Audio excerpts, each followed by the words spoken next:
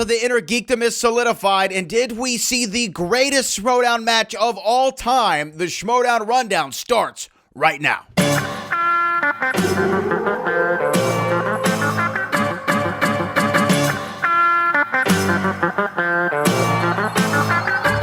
Pluto. Ladies and gentlemen, it's time for the Schmoedown Rundown. Introducing first, Kristian Janisch, and the host of the Schmoedown Rundown, Gilmore. Hello, everybody, and welcome to the Schmoedown Rundown, the official after show for the Movie Trivia Schmoedown. I am Brad Gilmore, joined by Frank Janisch and Chris Clark. Before we get into all things Schmoedown this week, we wanted to take a second here at the top of the show to pay our respects to the Harloff family. For those of you who don't know, Kristian's younger brother, Kristian Harloff, the creator of the Schmoedown, his younger brother unfortunately passed away at the tender age of 37 this week. And we just want to send all of our support and love to Kristian and his entire family. He knows it. I spoke with Kristian. I'm sure, Frank, you reached out, and Chris as well. He knows that the Rundown Boys are sending all of our love over to his entire family, as well as the rest of the Schmoedown community. You know, Kristian has been one of the best people I've met in my entertainment career and doing stuff like this, podcast and video and stuff like that. And he's a great guy. And I'm sure that if his brother was anything like Kristian, he was an amazing person as well. I never had the privilege of meeting Kevin, but I know Kristian would always talk about his relationship with his brothers and you know how into the Schmoedown they were. So there is a GoFundMe available for some expenses for Kevin. So if you can please help the Harloff family in any way, the link is available in our show notes, and it's also listed here on the video as well. Frank, would you like to say anything right now?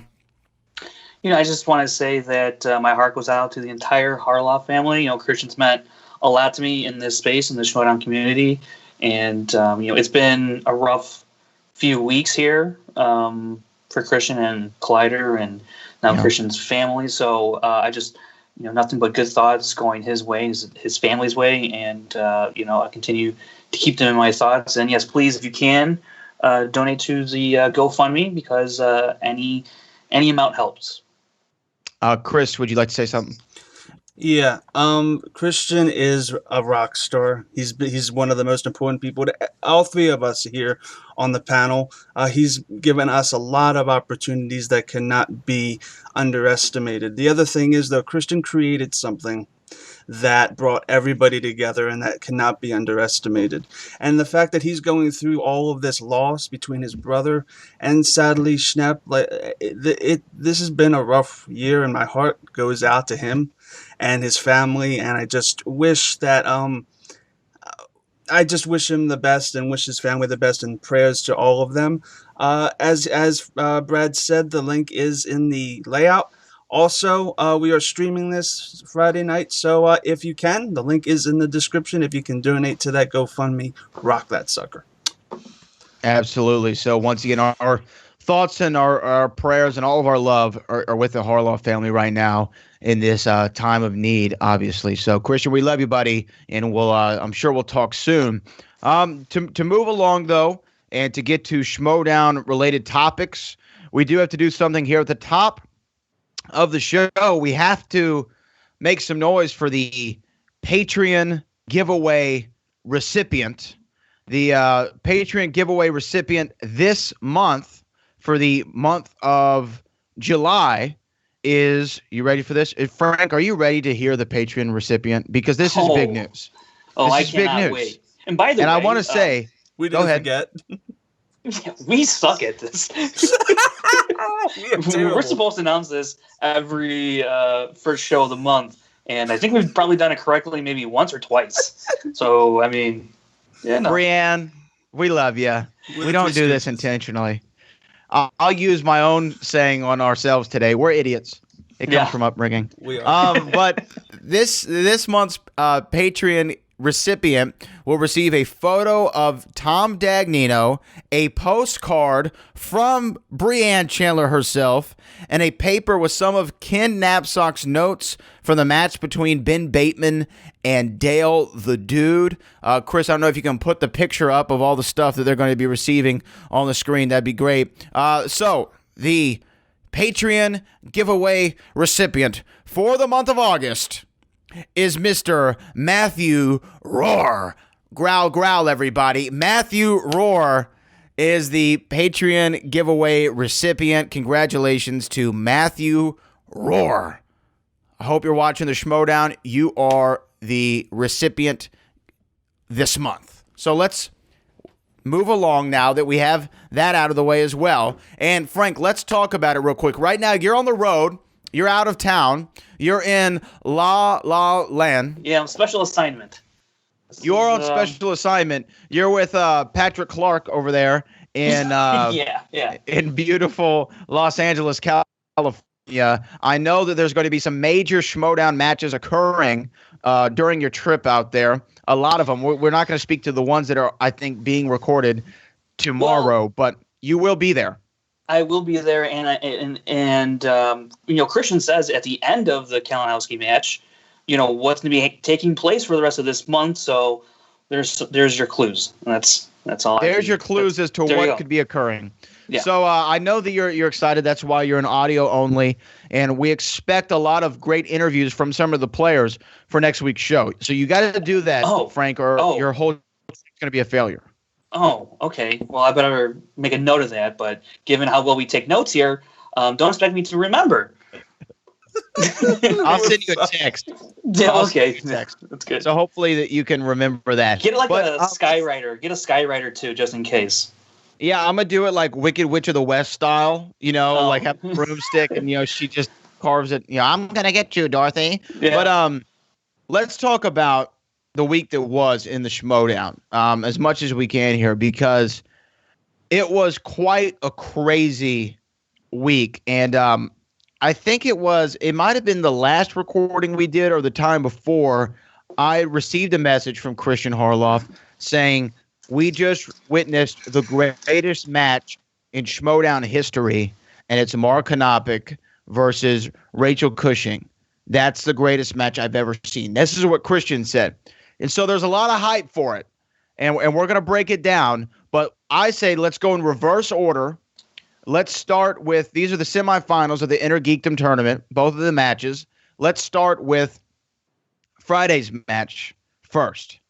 Mike Kalinowski, the killer, K.O. Kalinowski, he is the guy who was the brainchild behind all of this tournament stuff, and he went up against a man whose name that I don't think that we know exactly, Adam Halalavic.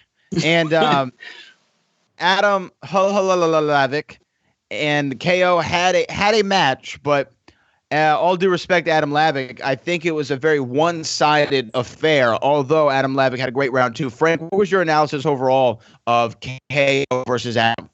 This, given the way the match started, well, first of all, I was excited for this match. Adam, he's been showing that he's been improving from match to match, and obviously Kalinowski has had a crazy tournament. He's putting this whole thing together, right? And he's had 2 knockouts, and he's just mowing down people, proving people wrong left and right. So I was really excited to see this match.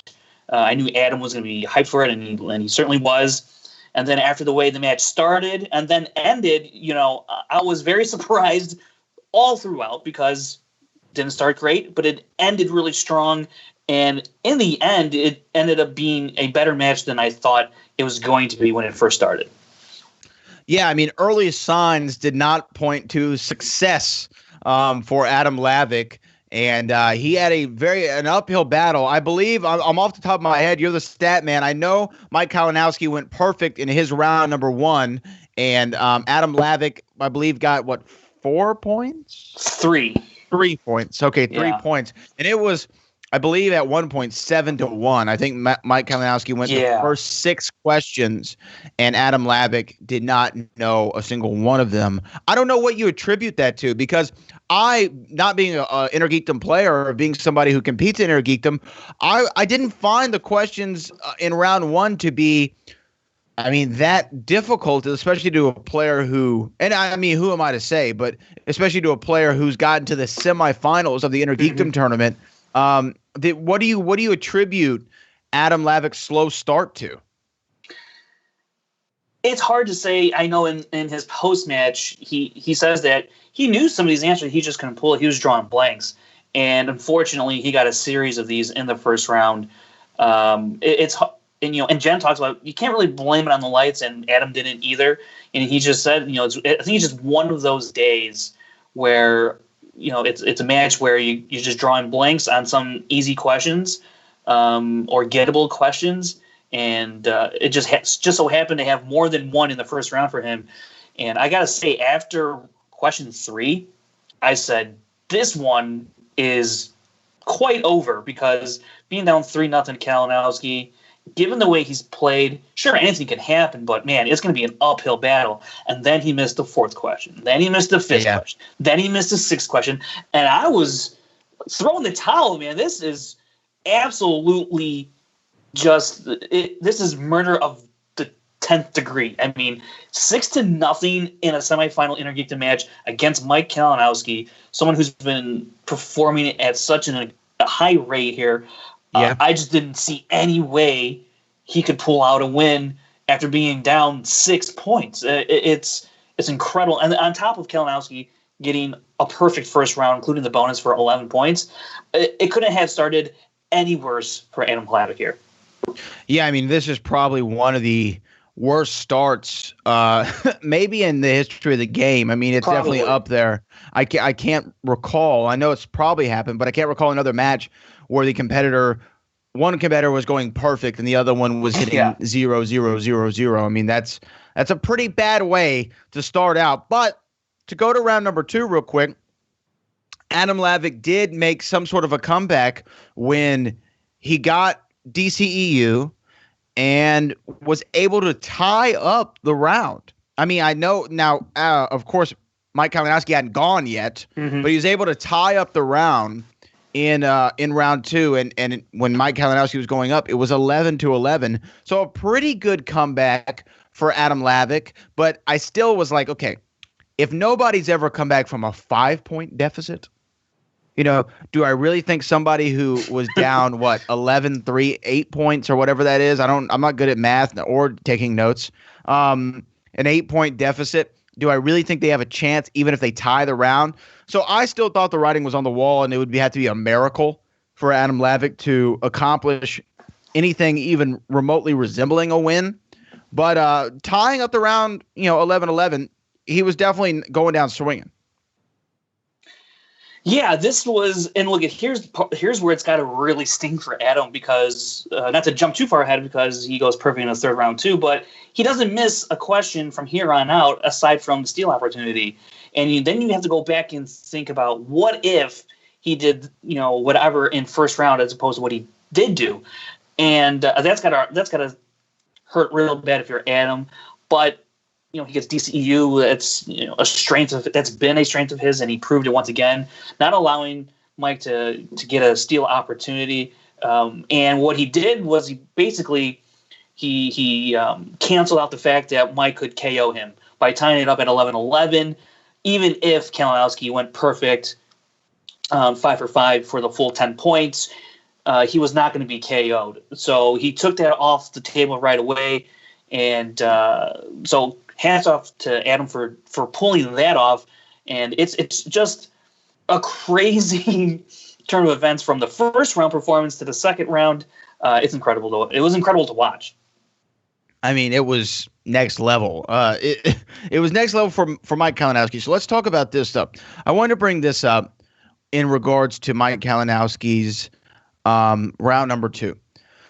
So he spins Harry Potter films first, and he quickly goes away from that, which I thought was interesting, because when he was given Harry Potter films as a perceived weakness, he knocked it out of the park, and he did phenomenally. What do you think, first off, why do you think he went away from Harry Potter films after he did so good with it?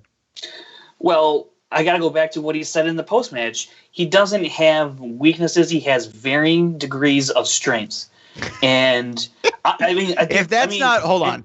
If that's not the best heel line I've ever heard, I don't know what is. I don't have weaknesses. I have varying degrees of strengths. That is great. Great. It is great. That is definitely one of the lines of the year for sure. When I heard that, I was like, he's not wrong either. When you look at his numbers, he's not wrong. Like, not only is that a good heel line, that's pretty factual. And so for him to look at the rest of the wheel saying, I'm actually stronger in some of these other categories, even though I have confidence in Harry Potter, I'm pretty strong in some other things here. Why not take the chance? I mean, it's tied up. Like, I'm going to come out with a lead. Why not make it the biggest lead possible by going for a category that I know I could absolutely crush, like DCEU perhaps, or, I mean, something else that he thought he could do really well in. Lo and behold, he gets Spinner's choice, and now it's really all in his hands, and he decides to go MCU. Well, he goes MCU, and this is what I wanted to bring up about it. He goes MCU, and a couple of questions he didn't know. You know, something about how long has somebody in Thor been, you know, the AL, yeah. Yeah. That one. And then the other one that stuck out to me was what percentage did Tony Stark say Pepper Potts should, right? You know, whatever. You know what I'm referring to. Yes. And the age of Yeah. So here was the interesting thing about both of those questions. They both were centered around numbers. The answer was they were looking for a number, right? Sure. One was 1,000 years. The other one was 12%. Both looking for numbers. And on both of those questions, Mike Kalinowski went to multiple choice. He got one right. He got one wrong. My point in bringing this up is when it comes to multiple choice for questions where the answer is a number, is that really a good strategy to go to? I mean, I'm just saying in general. Why not just take a shot at it? Because if you don't know the number, you know, off the top of your head, I don't know if seeing the answer choices are going to necessarily give you any better of a chance. Because sometimes it'll be like, you know, what year or how many years passed between, you know, film 1 and film 2? Is it 3 years, 4 years, 5 years, or 6 years? And it's really like, it doesn't really help you, is what I guess my point is. Right. Do you think that it's a good strategy to go to multiple choice when the answer they're looking for is a number? I think, I mean, there is some, I agree with some of your points there about going to multiple choice for numbers, because before, back then, earlier on in the Schmoedown, you know, it was like, what year? It was 1, 2, 3, or 4. Now they've varied it up. Is it 2? Is it 7? Is it 12? Right. You know, they've done that now. But aside from that, I think you really have to know your opponent and their strength. And so if you think, if I don't go to multiple choice, are they good enough to where they could pull it? Now I'm going to be screwed, you know, with a 2-point steal. Or maybe they do know it really well, and I go to multiple choice and I can minimize the damage there. So I think there's a lot you have to take into account. Now, I'm not like saying that he should have done one thing or the other, but he was in a very good spot where he had such a huge lead that he could play it a little safe, if you want to say that, by going to multiple choice on these numbered answers. So I think, and he probably thought that, like, if I hear the number, I can get it. And I maybe think that's click. The thinking. Like, that'll click, yeah. I kind of think that's probably more in line with the thinking. It's just that if I can hear it, and that happens to a lot of people with many different types of questions, right? If I can just hear that, and you hear when people rapidly answer after they hear it.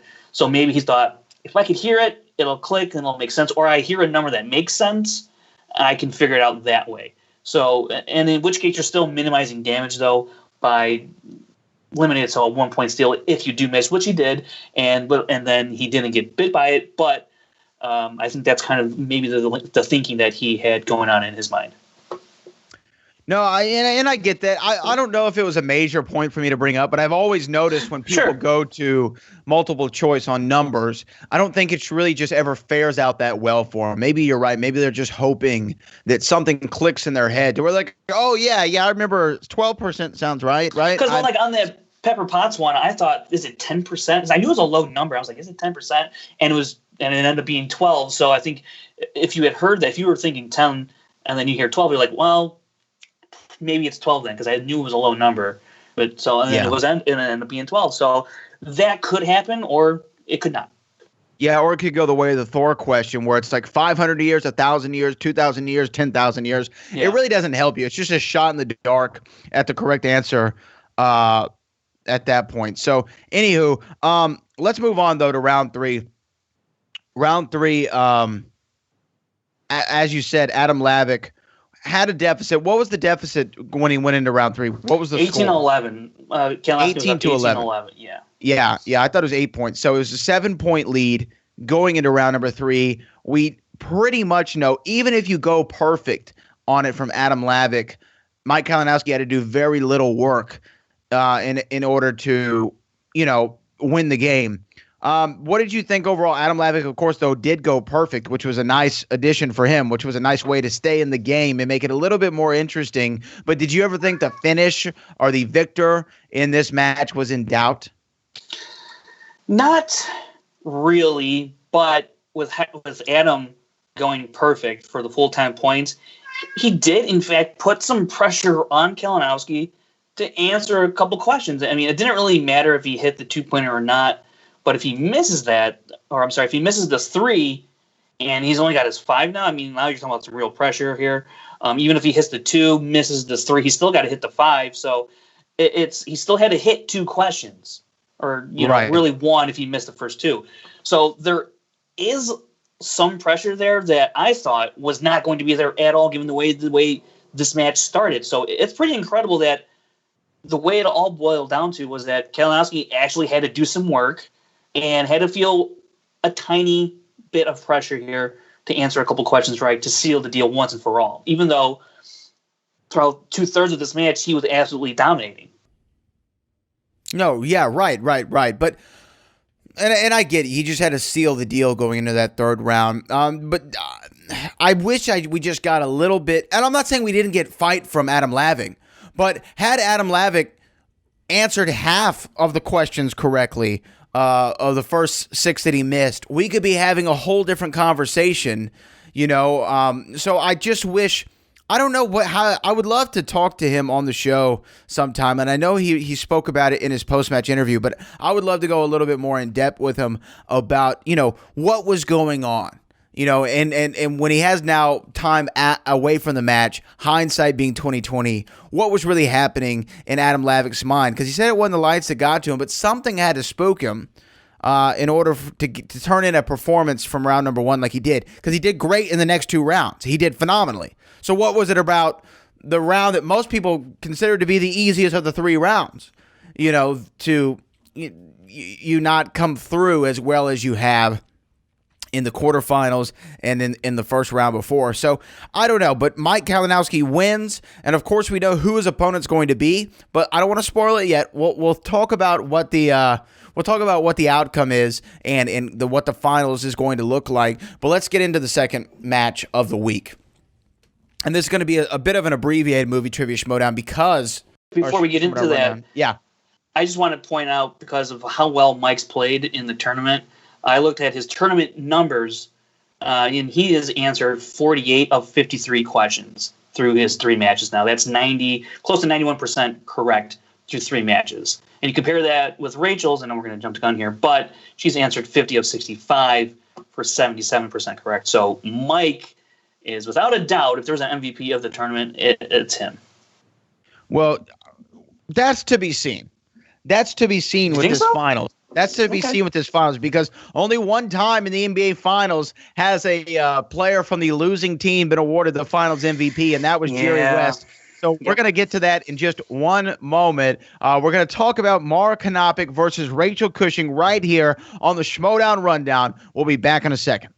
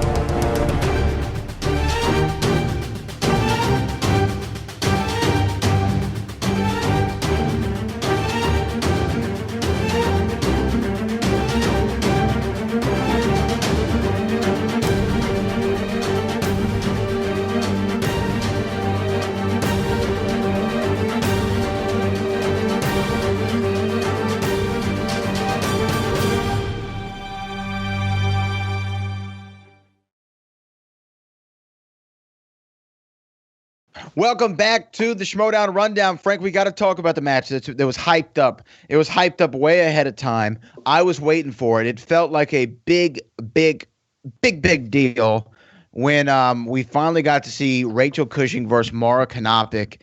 And I'm going to be honest with you, it did not disappoint.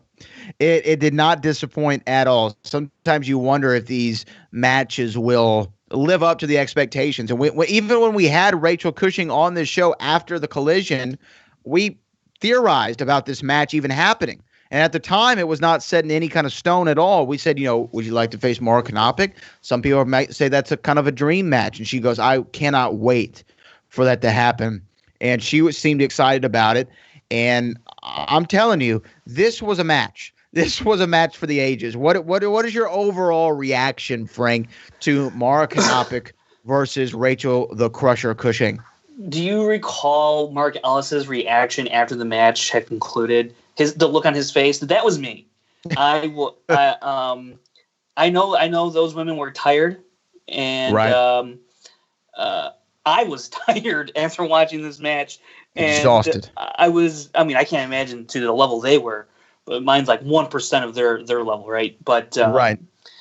I just could not believe what we watched, how it all unfolded, just everything that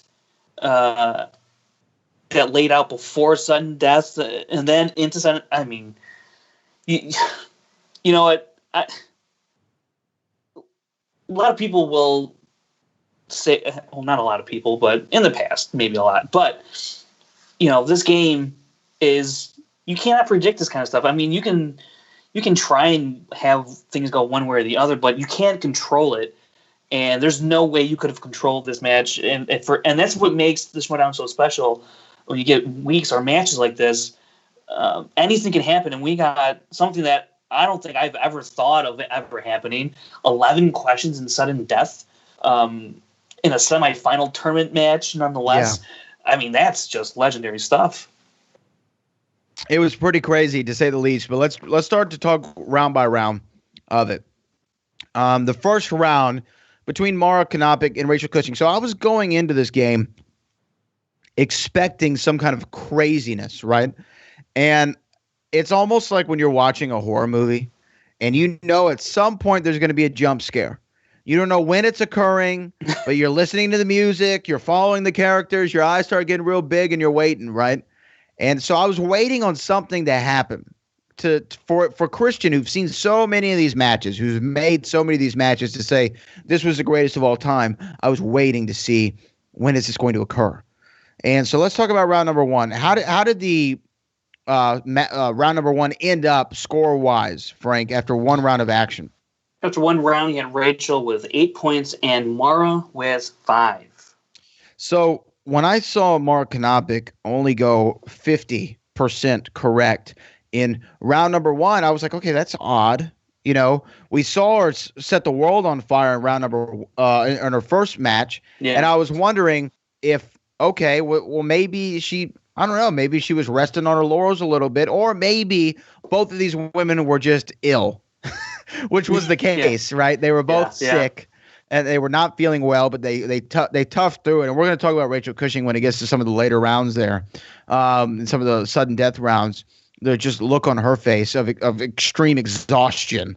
But we went through that round number one, but Rachel was up, and I was like, okay, either Mara didn't really come to play, or she wasn't really prepared, or she's just feeling well and she's having an off time. 5 points was not what I expected from Mara Knopic. Frank. Well, I have to say, look, you're going to hate me when I say this. I'm not that surprised the way this first round went. I was expecting Rachel to be very good in the first round. I didn't expect a perfect first round, but 8 points, that's about where I expected her to be. Mara, I know she put up 8 in her first match, but then against Emma, she put up 5, and I wasn't sure if, and then when you look at her match, the rest of her matches, if that makes sense, against Emma and in her first match, I guess, who did she play the first match? I forget. I don't know why I can't remember. I can't even, because it feels like it was forever ago. Yeah. Markia McCarty, right? Jesus. Yeah. That was like forever ago, wasn't it, guys? And so it wasn't like she set the world completely on fire. I mean, she was good, but it wasn't like Kalinowski or Rachel, right? So I took that in consideration. I thought the first round would be close, and I thought Rachel would be ahead. Mara getting 5, not completely surprising, a little bit because it's the semifinal. I thought she could pull out 6 or 7 points, but it started off really well. They both went tit for tat on the first 3 questions, and then Mara just fell off the next 3. And even though Rachel can only pull up a 2-point lead, so I said, that might be enough for Rachel because she's that good. Don't know if Mara can recover, but this was only the beginning, and we were in for a real bruiser of a battle going after this. Well, Frank, you say it doesn't surprise you that much, and I guess that's because you have some sort of weird, unjustifiable hate toward Mara Knopf that I just haven't been able to figure out. You people, I haven't been able to figure it out. You. It's really weird. It's really weird. It's like you don't like her for some reason, and I don't know if it's just she's just so good. I don't know why. I don't know why you don't like her. It's really weird. I mean, Chris, am I off base here? It seems like Frank doesn't like her, and he's just being a hater. I think Frank is just a hater in general. It's wow, fun to watch Chris. him. Facts. Okay. That's facts, Chris. Yeah. You do seem overall a lot like a hater, and I guess it makes sense. I mean, it makes sense. Chris lives you figured it out, Brad.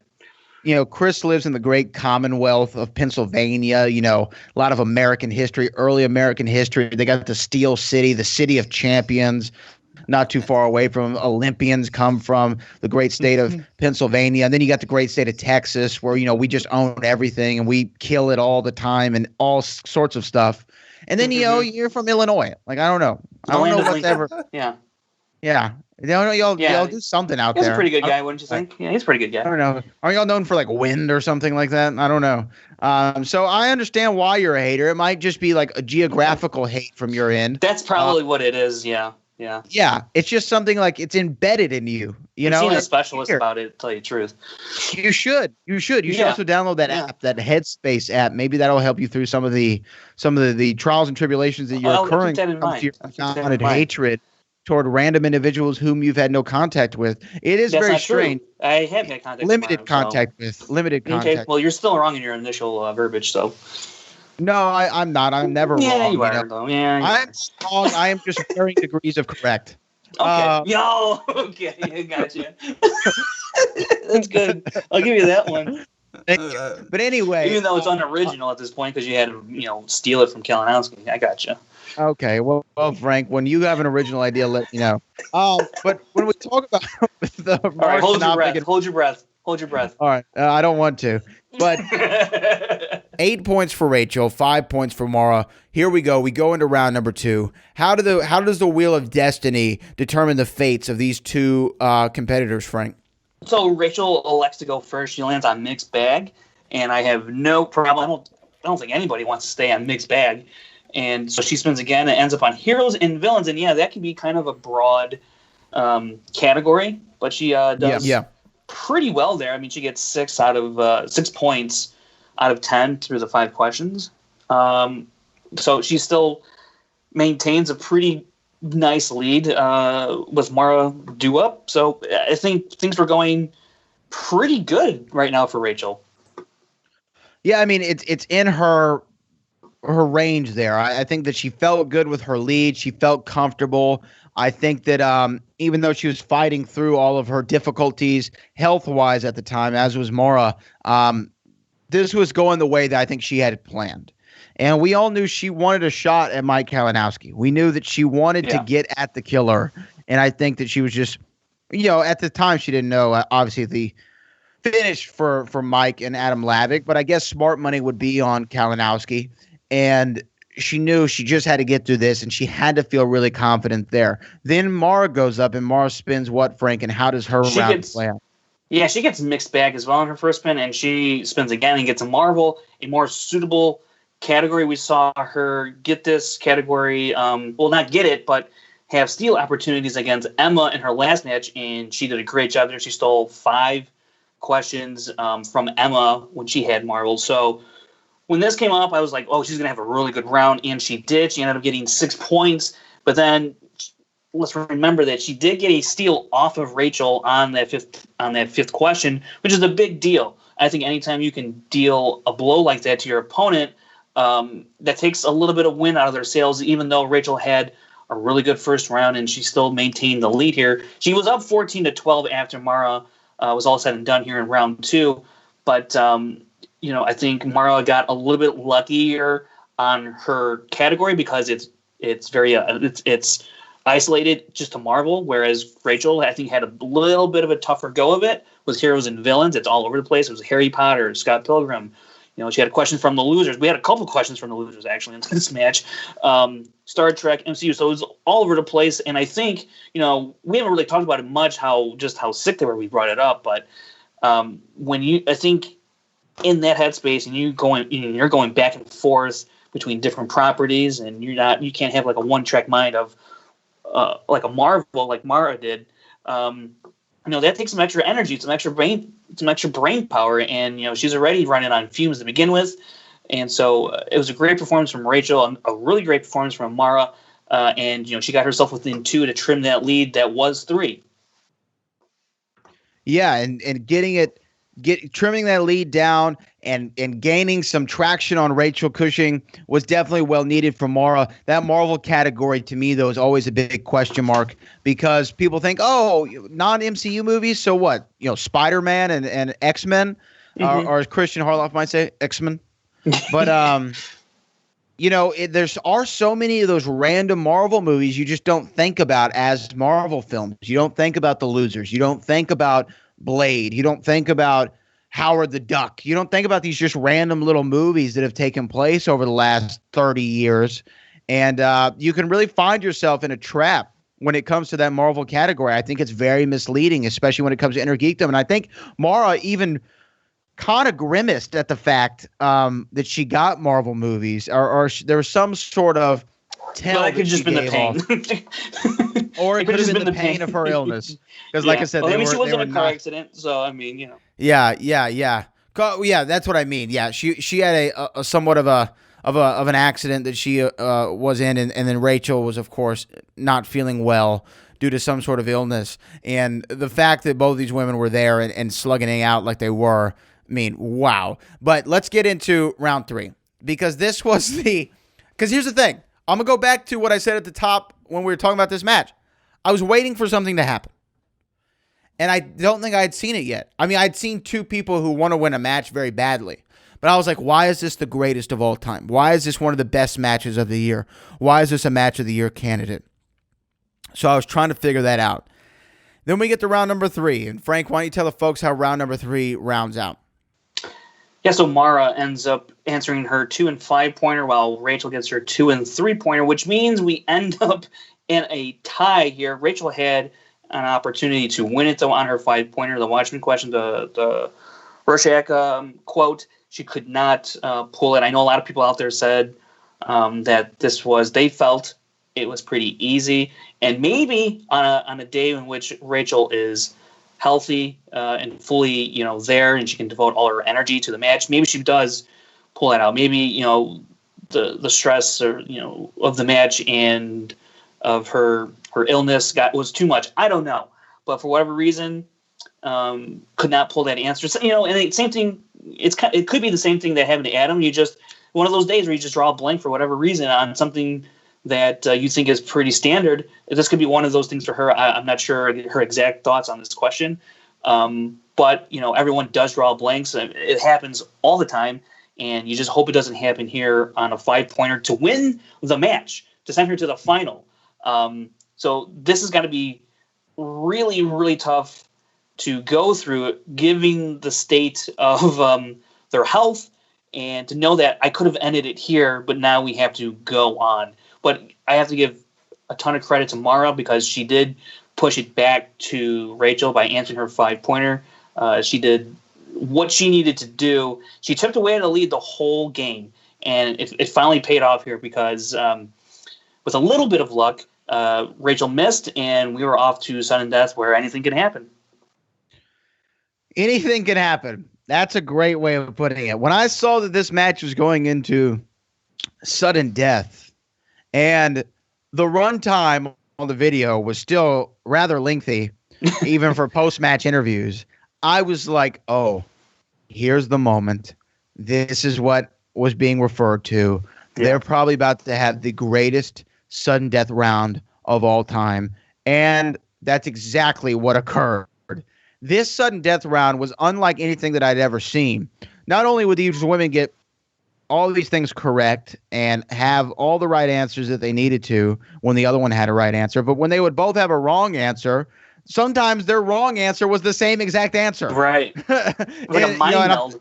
I'm thinking of like Tex. They both put Tex as an answer to a question that was incorrect. They both had a lot of incorrect answers that were the same. They had correct answers that was the same. I don't know, Frank, do you have a tally of exactly how many questions into overtime it went? Yeah, that's part of my job. They went 11 questions deep. So that's a first round and a bonus, you know? Right. So you essentially got a whole another fourth round of action and back and forth. And they were both, honestly, they seemed like, can one of us just win already? Yeah. Because we want to get out of here. And this is when I started seeing Rachel's face. And Rachel looked like beyond. She just looked beyond tired. You could tell that she had been drained of energy. And she was fighting so hard to get through that. And, you know, I think a lot of it's made sometimes when people say, oh, they had the flu, oh, whatever. Or, you know, oh, they were under the weather. And you're like, oh, whatever. I've had a cold before. But sometimes when you really feel like crap, even answering questions is a difficult thing. And this was, even though in defeat, this was definitely Rachel Cushing's Michael Jordan flu game. You know, this was, Michael Jordan having the flu, going out there and dropping whatever he dropped, 25, 30 points with 105-degree fever. She was a nonstop scorer and fighting through it so much. And then the final question was, I believe, who said the quote, "There's only one God, ma'am," and I'm pretty sure he doesn't dress like that. Which to me, and I don't want to come off as being a jerk toward Rachel or anything like that, but to me is one of the easier questions they had in that in that sudden death, if not maybe the easiest, just because if you saw the Avengers ever, that line stuck out. And I think that was even in the trailer to the Avengers. This was one of those more iconic lines from Captain America. You know, if you ask me to say a line from Chris Evans' Captain America, it might be that one or Brooklyn. Because I mean, that's a good one too. I mean, when you hear this quote, you're like, "Oh, I know this." It's one of those instants. You know, it's like hold on to your butts. Yeah. It's like, when this gets up to 88, you're going to see some serious shit. It's one of those you just know. Right, and I think when you hear it, you go, "Well, who said it?" It might take you a bit. Maybe you don't know it right off the bat. It might take you a bit, and if you're sick, it might take you even a little bit longer. And you've already expelled so much energy through your first 10 questions in Sudden Death. And I need to go back to question 5 in Sudden Death, the Big Hero 6 question, where Rachel was literally like a couple syllables or whatever, different syllables from winning the thing. Chris, do you recall what the city? What was the name of the city? I can't. It was like. Oh. It's the city or. It's like. Tokihana or something. San Francisco. Something like that, right? And she said something just a little bit off, and it could have ended right there. And it could have sent her to the final, and it didn't happen. And we had to wait another 5 questions, 6 questions. And this MC, I thought for sure she was going to get it, but she didn't. And I know I saw a lot of people point to this, and I just think people weren't thinking about what they were saying when they said this, that when Rachel said, just give it to her, and she revealed her wrong answer as Superman, a lot of people took that as she threw the match, and she just gave up. I did not think that for 1 minute. I just felt like she was extremely tired, and that when she heard Mara say the answer, she knew that hers was wrong, obviously, once it was confirmed, but she was like, that's it, just give it to her, because She's good, and we're done. Now we're done with this, and it's a lot of those things, sure, but not for 1 minute did she, I think, throw away the match. You don't throw it after the 11th question in sudden death. That doesn't make any damn sense. No, this wasn't a Jeff Snydery kind of moment, for Right. fans at least. This wasn't something to where it was like, oh, he gave up. This was. Mm-hmm. She is fighting so hard, and she probably, you're right, Frank. She was like, oh, I know that one. It's on the tip of my tongue. Oh, God, I know it. Okay, and then she can't pull the name off the top of her head, so she's thinking, who would say that? And she can't use any repeats because she's out of them. So she's out of them. So it's just who would say something like that about God? Superman might say something about that. That's very Superman-y. That's very like super white meat, baby face, truth, justice in the American way. There's only one God, ma'am, and he doesn't dress like that. Oh, it must be that. Okay, it's Superman. And then the second she heard Captain America, she goes, oh, I lost. Yeah. And it's a tough one. There's a tough loss. There's a really tough loss to get so far into the tournament, to get so far into this match, and to lose at the 11th question in sudden death. That one had to sting. It really had to sting. It hurt me watching it. I mean, I was like, damn. I was happy for Mara, but it hurt to watch Rachel lose this match, giving her physical status, and everything that went into this match, from beginning to end. So it was a great match. It was great to see Mara win. It was tough to see Rachel lose. But I think it was a great win for the fans. If you really take into consideration what happened here, it's one of the greatest matches, if not the greatest match of all time. I'm not sure that there is a match that can top this. I mean, we're in a tournament match, and it's 11 questions in the sudden death. I mean, my God. I mean, this is definitely Game 7 of the Western Conference Finals going into overtime, and it's just who's going to win, and sometimes it gets to the who's going to miss the shot first, because they're both going back and forth, running up and down the court, fast break, two shot. Here's a three. They answer back. And it's who's going to miss first? Who's going to get that big block? Who's going to hit him with that LeBron on Andre Iguodala block? And it was Mark Knopik, and props to her. She's coming into the league now. She's 3-0. She's getting a shot, a number one contender shot for the championship. And if she wins against Kalinowski, she's going to go on to face Jason Inman. And I'm going to be honest with you here. This might be a hot take, Frank. And you might bite my head off. And I know Jason Inman was in my fantasy Schmoedown league, which I don't even know if that's a thing anymore. But I don't like his chances against either competitor. Think about it. Jason Inman's been sitting on ice. I mean, of course, he went up against Mark Donica, but he's been sitting on ice, man. And time off is a Schmoedown player's worst enemy.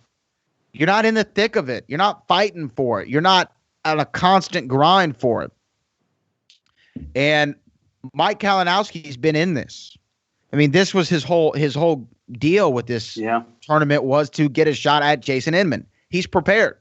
Mark Knopik has been picking him up and laying him down, and I don't like Jason Inman's chances against either competitor. And I'm not trying to take away from the champion's level of skill or his ability, but I think both of these players who could be the number one contender are both operating at such a high level right now that I don't think we've seen anything like this in the Schmoedown, where two players are going through this tournament just scoring so high, operating at such a high level. I think that the finals, last season, I know I've used a myriad of basketball references already, and I'm sure a lot of fans who aren't well versed in the game are like, what the hell is he talking about? But I will. Some Frolf references. Maybe some badminton. Maybe they know some cricket players. But, this last NBA season, they said that the Western Conference Finals between the Warriors and the Rockets, that was the real finals. And whoever won that was pretty much going to be the champion. That's how I feel about this finals. I feel like whoever wins this is a shoo-in. I don't know. I don't know what gives me that. Maybe it's just because I haven't seen Inman play in a while. That's just how I'm feeling. But Well, actually, so what do you think about that? Do you think I'm way off base? There might be something to the effect that, like you said, he's been sitting on ice for a while. Yeah. He hasn't played in a long time match. I'm sure he's been to the studio. I mean, he was there obviously for Collision, right? After that, I don't know. I'm sure he's definitely watching every single one of these matches, and I'm sure he's doing his homework a great deal for sure. Any champ would. That's how you become the champ, or stay the champ at least, right? So, however, when you get back into the ring to defend your title, maybe you have a little more adrenaline than usual. But now you're going to be in a live event, not in a studio. You're going to be at the live event with a crowd of 300, 350 people going crazy. And maybe does that get your juices flowing in a way that kind of get you off tilter? I'm sure he's thinking no. I'm sure he's very confident that he can defend his belt. I know he's confident that he can defend his belt. And he should be. Every champ should be. That's what you want. Do I think Kalinowski is probably the bigger threat right now? And I say this because he has the experience. You're a hater. That's why you say it. Yes. I say this because I'm a hater as well. No, Mara has never, I don't know. She hasn't really been in this part of the Schmoedown. She's been a spectator, yes, but never been in it. And now maybe these 3 matches have done a lot for her what's confidence? The word? I'm sorry, experience. Oh, but again, I mean, I don't know how someone's going to react in a live setting. I don't know if she knows how she would react if she's been in that. I don't know if she's been in that kind of setting before, or any kind of live event like the Schmoedown live event will be. It's going to be very interesting to see. But if I'm also just looking at the numbers, and that's what I do a lot, right? Kalinowski, you've been known to. Right. Kalinowski has performed amazingly well through all these categories. Mara does have pockets where her accuracy has dipped below other categories. So, if you want to say varying levels of strength for Mara, her levels are a little bit lower than what Mike has displayed throughout this tournament. And that's just based on facts. I'm not even making this up. So that's why I give the edge to Kalinowski if he does get past Mara to have a better fight against Inman than Mara would give Inman. Although Mara does have all the ability in the world, no doubt about it. I think Adam has all the ability in the world. Any 4 of these people have all the ability in the world to give Inman a great match. I just think Kalinowski, now that it's just Mara and Kalinowski left, I think he has that little more of an edge to give Inman a stronger fight in the end. Chris, I'm going to throw it to you. Who are you betting on against Mark Konopik versus Mike Kalinowski? That's for story purposes and for the live event sake, I would want Kalinowski to win just because of the theatrics that could be involved in the live setting with the whole corruption angle being the main focal point of the story. But I really hope Konopik wins because of her performance. Like, she went through 11 rounds of sudden death. Sick.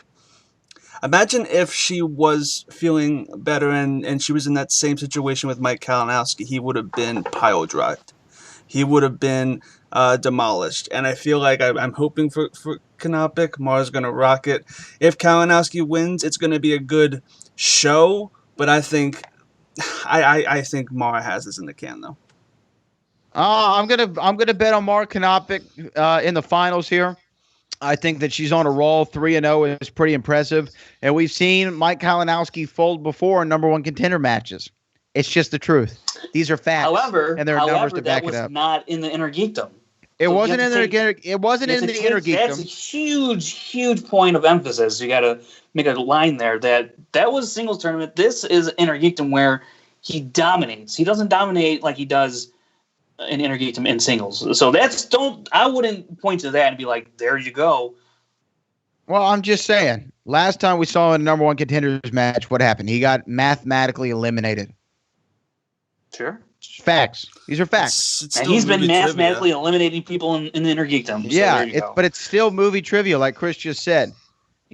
So, I mean, you shouldn't have that big of a drop-off in the singles league. Are you kidding me? Are you kidding me? Come on. Oh, geez. Oh, here goes Frank again on one of his. Kalinowski's my guy. So let's hear it, Frank. Why is that a ridiculous statement? Are you asking me to explain the difference between intergeekdom and singles competition? No, I'm not asking. I'm not asking for the difference. I'm saying, should there be that large of a discrepancy if you're an elite player of any kind in your ability to play in a number one contenders match? Should in one league, which by the way, Kalinowski's proven there is. Just look at his run in intergeekdom versus his run in singles. Look at that. There's your discrepancy, and that's how it can be. And he's a prime example of it. He's the number one example right there. Let's see what happens when the pressure's on. That's all I'm saying. Let's just see what happens when the pressure's on. So you're going to, obviously, because you're a hater of Kanopic, you're going to pick Kalinowski.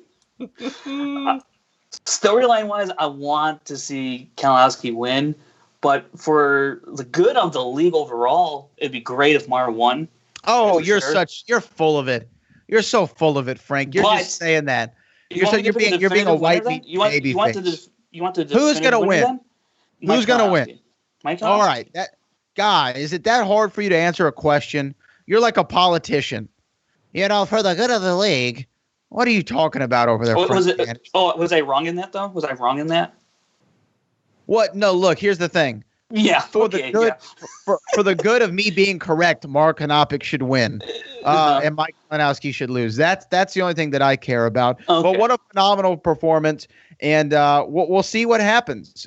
Frank, you're actually going to get to witness this match maybe tomorrow. I don't know. I might have given some. I don't know. Who the hell knows? Yeah. But you might be able to inform us of something on the DL. But we expect a lot of fun to be had from Frank Janisch and a lot of exclusive content to be gathered from Frank Janisch in his trip to La Land. Guys, I think with that we should put a bow on this bad boy. And we will be back here very soon to discuss the matches of the week. And once again, we encourage you to donate to the Harloff family in their time of need. The GoFundMe is available, like you said, in our show notes, and I'm sure you can find it on Kristian's Twitter or his Facebook page. But speaking of social media handles, Frank, why don't you let people know where they can find you?